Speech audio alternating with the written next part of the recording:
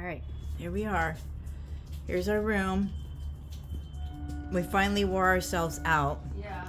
I don't know what day it is, but it's a gorgeous room to be worn out in. So we went out this morning to Queen Victoria's Palace and to the Indian Museum. And now we're just sitting at our hotel because we're exhausted and kind of fighting a bug or two. And this is our deck. And we just wanted to share with Betty that it is raining.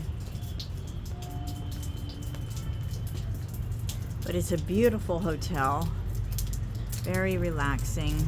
Lots of things to watch floating by the river. Boats, plants, you know, the usual.